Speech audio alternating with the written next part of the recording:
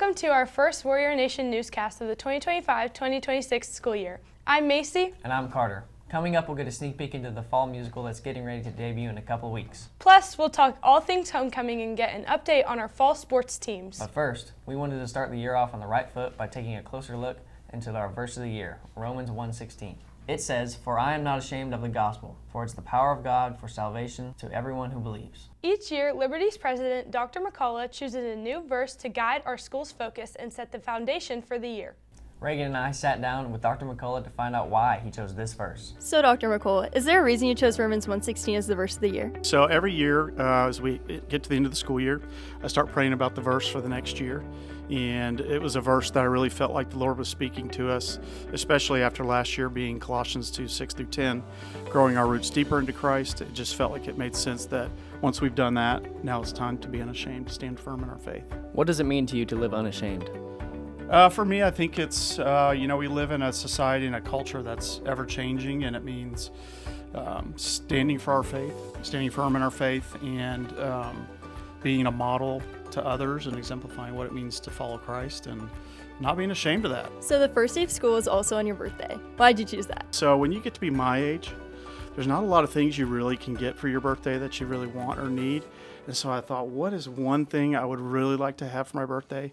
And it was the students coming back. Thanks for sharing with us, Dr. McCullough. I'm Carter. And I'm Reagan with Warrior Nation News. We also caught up with some students to find out what it means to them to live unashamed for Christ. Here's what they had to say.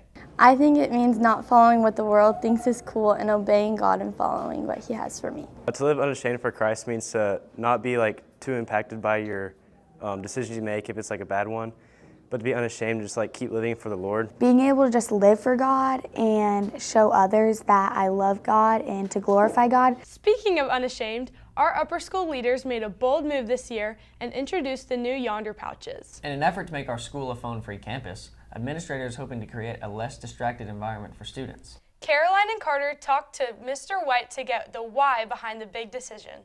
Hey guys, I'm here with our new Vice Principal, Coach White. So, Coach White, how do you think the Yonder pouches are going? Well, Carter, we're really excited about the Yonder pouches. We feel like students have bought in and they're using them. We're seeing them on the desks at the beginning of classes. I've seen a lot of students talking to each other instead of looking at their devices out in the halls and in the commons. So I'm really happy with it so far. We know this was a big investment for the school. Why did Liberty want to use Yonder pouches this year?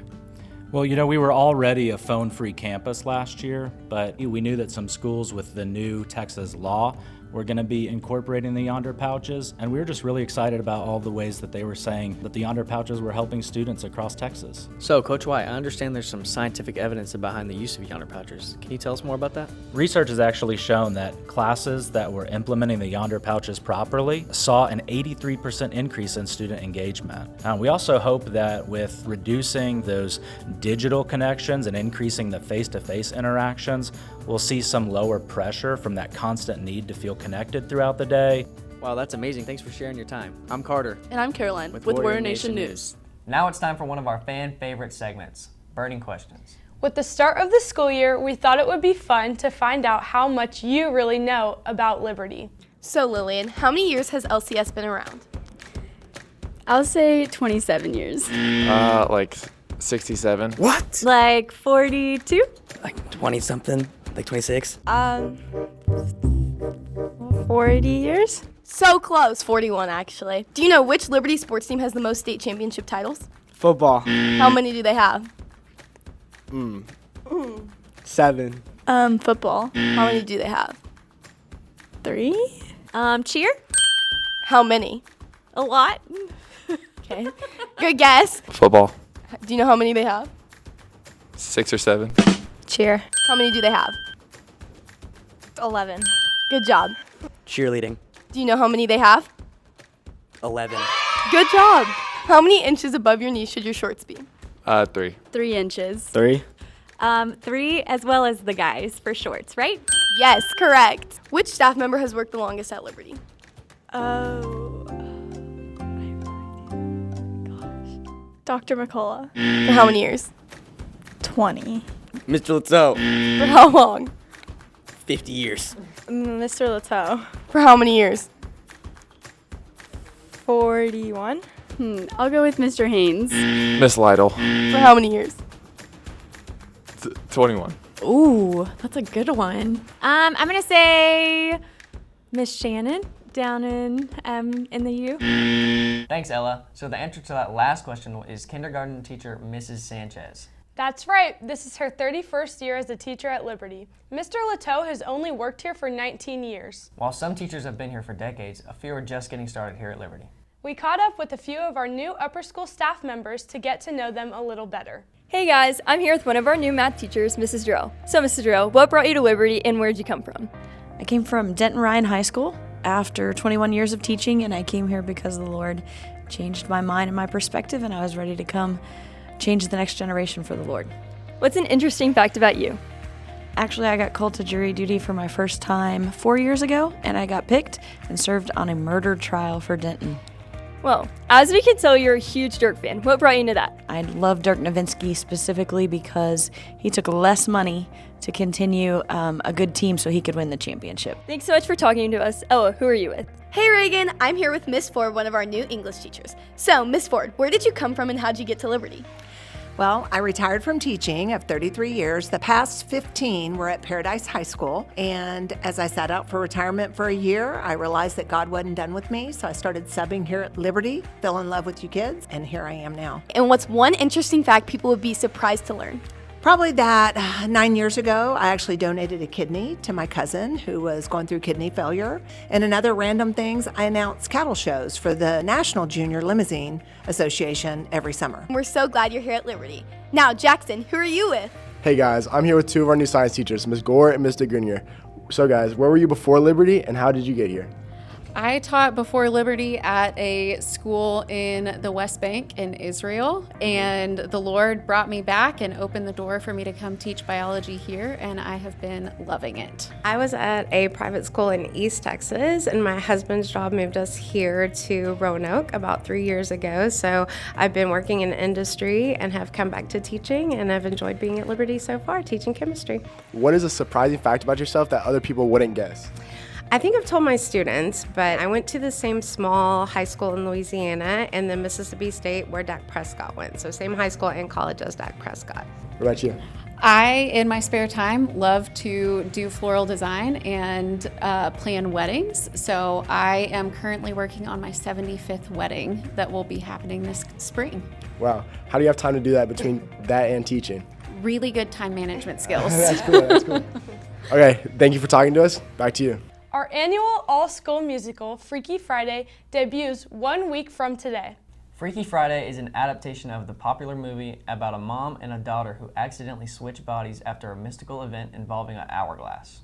They have just 1 day to live in each other's bodies and figure out how to switch back.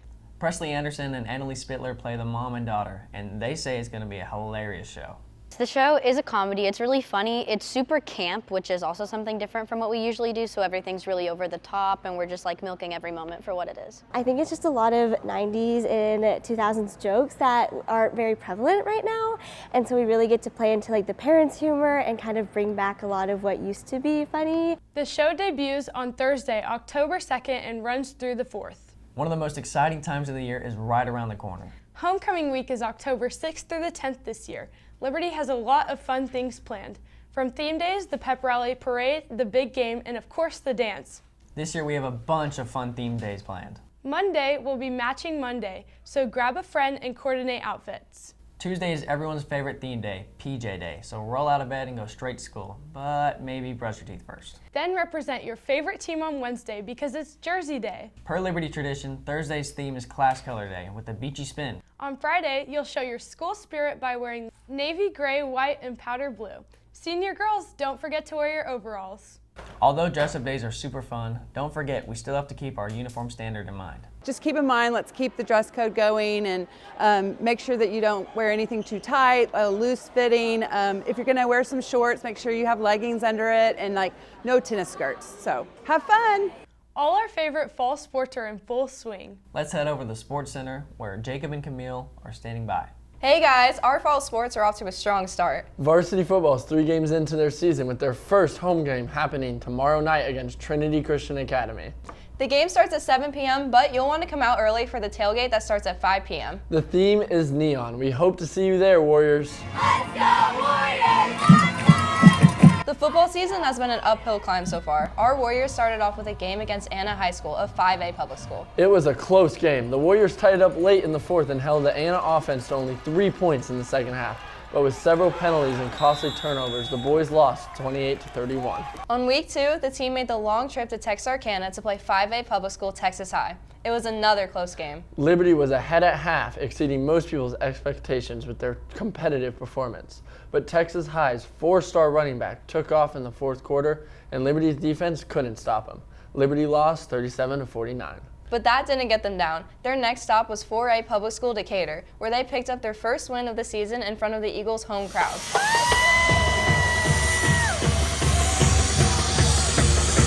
The Warriors won that game 35-24. Although it was a tough start to the season, Coach Witten says it will make the team better in the long run. The method behind this was play a tough schedule early on so then you can be better as you get into district play. And I think our players were ready for this. When you have a successful program and you have that type of success, it's not about just winning games. It's about trying to get your program in a place that you can play week in and week out with those teams. Warrior volleyball is well on their way with a record of 13-12. After losing several seniors last year, the team is still learning to work together as a new team. But the girls say they're proud of the progress they've made so far. We've had some rough moments with just super young team, so we're just still learning how to mesh together totally, but we're getting better daily. There's been some bumps over the road with new people on the team, just building dynamic, but we've come together and worked really hard.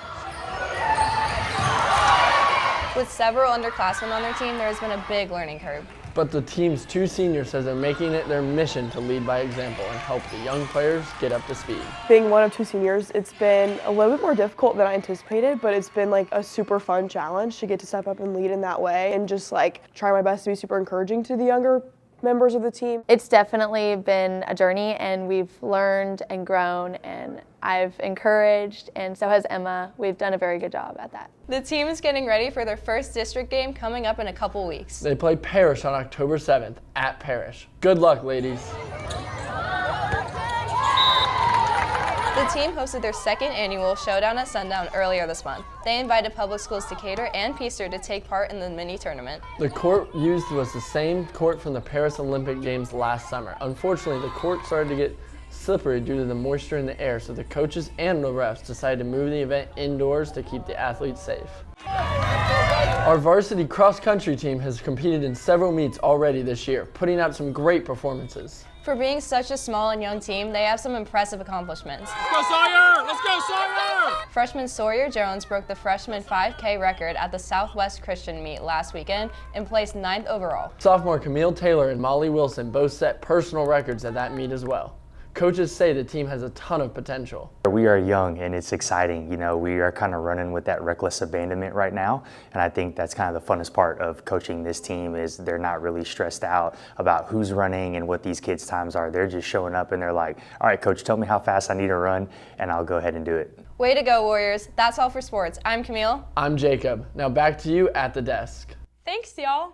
Our annual college fair earlier this month was a huge success. Representatives from more than 130 colleges and universities were available to answer questions about admissions.